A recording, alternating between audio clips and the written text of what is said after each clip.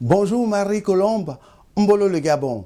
Appelez-moi le roi Kamba, ce n'est pas moi qui le dis, c'est Kamba Jean, il est gabonais, originaire du sud du pays, au Haut-Ogooué. Cet ancien banquier a posé ses valises sur les bords de la Seine, ici en France, il y a 17 ans.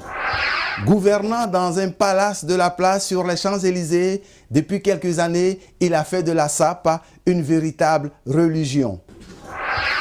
Amen. Va dire à tous les Gabonais, à tout le monde entier, que je suis un Gabonais qui fait très mal. Au niveau de Paris, au niveau de Londres, au niveau de l'Italie, je fais déjà très mal. La façon de s'habiller, la façon de se comporter, surtout ce que j'ai porté sur moi. L'objectif de Kamba Jean est de créer des emplois pour les jeunes Gabonais. Comment va-t-il s'y prendre? Il va nous l'expliquer dans quelques poignées de secondes dans cette interview qu'il a bien voulu nous accorder chez lui à domicile en banlieue parisienne à Joinville-le-Pont. Cette interview a pu avoir lieu grâce à l'apport technique oh combien considérable de As Plus Production pour Mbolo le Gabon. Bonjour le roi Kamba. Bonjour, soyez les bienvenus dans la demeure du roi. Pourquoi t'appelle-t-on le roi Kamba? Et en fait, ça date de 25 ans, 26 ans, quand j'étais à Libreville. J'habitais plus précisément dans le quartier qu'on appelle Montagne Sainte. C'est venu d'un ami, hein, une journée comme ça, il a eu à évoquer, il dit, bon, mais comme tu vas toujours à Paris, tu vas constamment en Europe, et quand tu reviens des vacances, en fait, tu amènes beaucoup de chaussures, et ainsi de suite. Donc vraiment, aujourd'hui, quand on te regarde s'habiller, personne ne peut jamais t'égaler. Donc c'est à travers là qu'est venu le roi Kamba. Sinon, mon vrai nom, c'est Kamba Jean. Tu as quitté ton Gabon natal pour la France, oui, et pourquoi?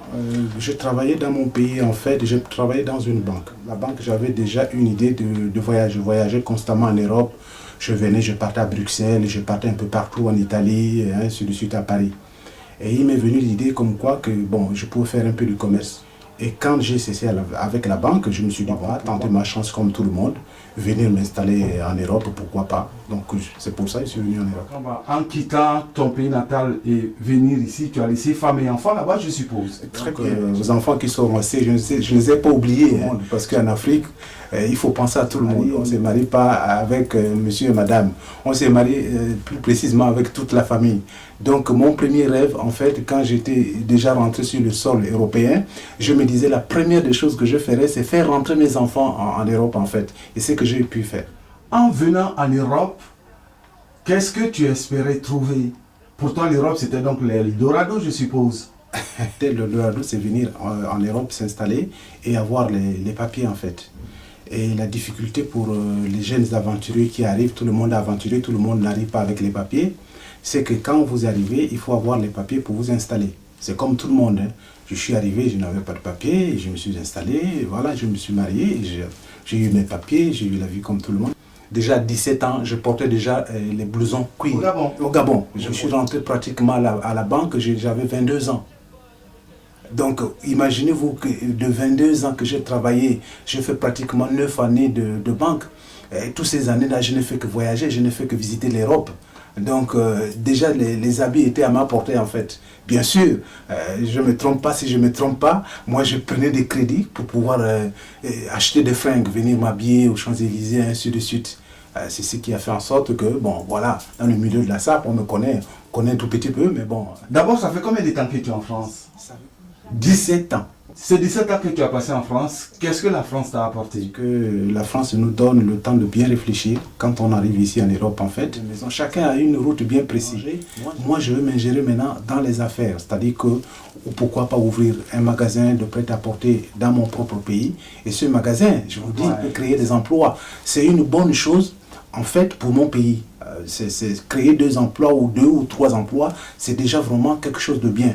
Donc, si je comprends bien, tu t'apprêterais donc à ouvrir un magasin de vêtements, voilà, au Gabon.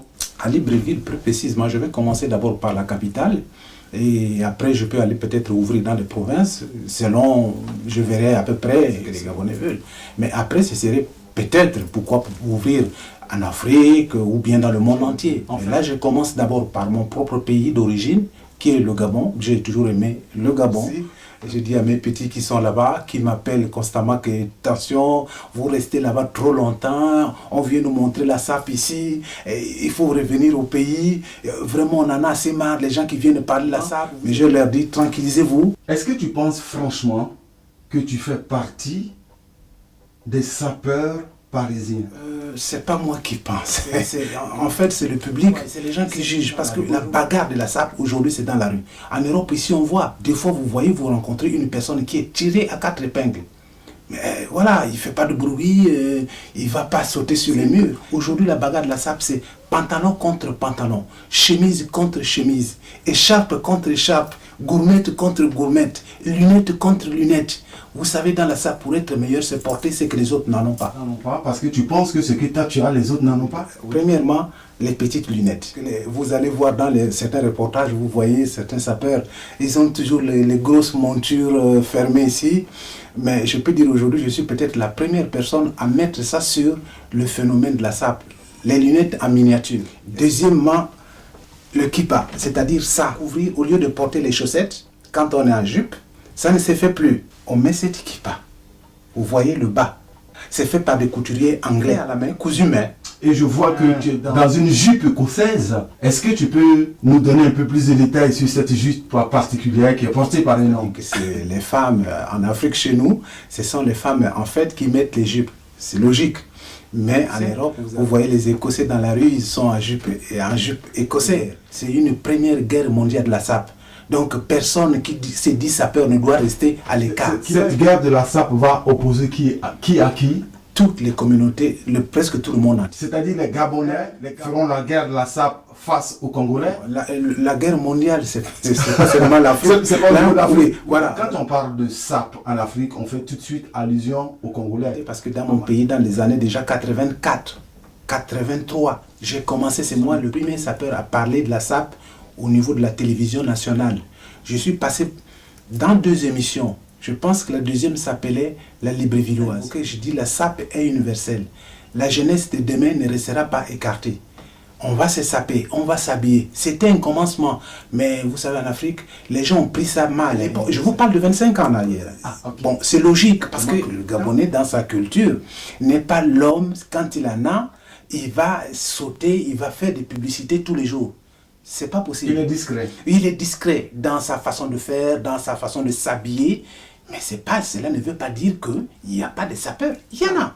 Moi, j'ai commencé à m'habiller depuis 25 ans dans mon pays. J'étais banquier. Donc, les habits ne m'influencent plus. Ça ne me dit plus rien.